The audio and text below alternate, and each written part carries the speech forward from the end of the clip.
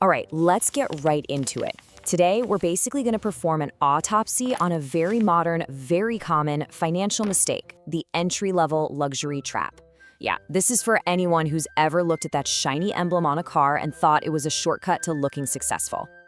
Wow, let's just let that one sink in for a second. It cuts right to the bone, doesn't it? It's wild because everywhere you look, people are swimming in debt, but the parking lots are still full of these gleaming, financed luxury cars. But here's the thing. To anyone who actually gets money, that logo isn't a success symbol. It's a giant, flashing red light.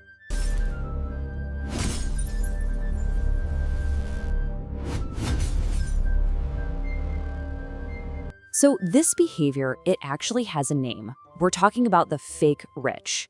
And look, let's be super clear here. This isn't about judging anybody. It's about diagnosing a financial trap. A trap where looking wealthy suddenly becomes way more important than being wealthy. It's choosing to buy things that scream, "I've made it," instead of buying assets that quietly whisper, "You're free." Okay, so this all really boils down to two different paths you can take. We're gonna call this first one Path A, the status trap. Think of it like this. It's the story of someone who decides to put on a success costume before they've actually, well, earned it. And the most popular costume out there right now, you guessed it, the entry-level luxury car. I mean, just look at this comparison. It's just absurd. On one side, you have the base model luxury car, and I'm doing air quotes here because really all you get is the badge. We're talking a cheap-feeling dashboard, manual seats, and the smallest engine they make. Then, on the other side, for the same money, or maybe even less, you could have a top-of-the-line Honda. You know, one with all the features, a way nicer interior, and that legendary reliability. So you are literally paying more money for a worse product, all for a logo. Oh, but it gets so much worse. The pain doesn't just stop when you drive off the lot. Nope. You've also signed up for what we can call the poverty premium. It's like this hidden tax you pay just for wanting to look rich. That fancy badge, it means you're shelling out for premium gas every single time. Your insurance bill is going to be higher, and when something breaks, and trust me, it will, get ready for repair bills that feel like you're paying a brain surgeon. It is a slow, constant financial bleed. Okay, I need you to buckle up for this next part. Seriously, we're about to go from talking about small financial leaks to the absolute catastrophic shipwreck this choice really is. This isn't just a bad purchase. For millions of people, this is their multi-million-dollar mistake. And I am not exaggerating. Let's just focus on this one number, $1,000. $1,000 a month. The latest data shows that about 1 out of every 5 people buying a new car is signing up for a payment this high. It's become disturbingly normal. $1,000 a month for a machine that loses value every second and just sits in your driveway 95% of the time. But here is the real question we have to ask ourselves, the most important one. Yeah, $1,000 is a lot of money. We get that. But what is its true cost?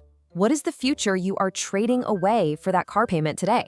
And here it is, the brutal answer. That same $1,000 a month, if you had just invested it into a simple, boring S&P 500 index fund, would grow to over $2.3 million over a 40-year tenure. Let me say that again, $2.3 million. See, it's not a car payment, it's a retirement plan being lit on fire month after month after month. To put it as bluntly as I possibly can, you are not just buying a car. You are actively choosing that car instead of financial independence. You are literally transferring your future wealth, your peace of mind, your entire retirement to a car manufacturer in exchange for a piece of metal that's worth a fraction of what you paid for it by the time you're done. Okay, that was heavy, I know, but it doesn't have to be that way. There is another option. So let's shift gears and look at Path B. Let's call it the freedom formula. This is the playbook for how the people who are quietly, genuinely wealthy actually build and keep their money. This chart pretty much says it all.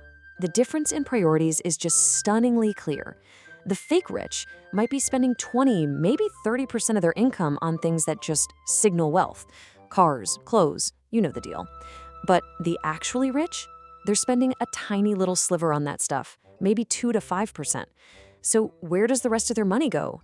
It's working for them, buying assets, buying their freedom.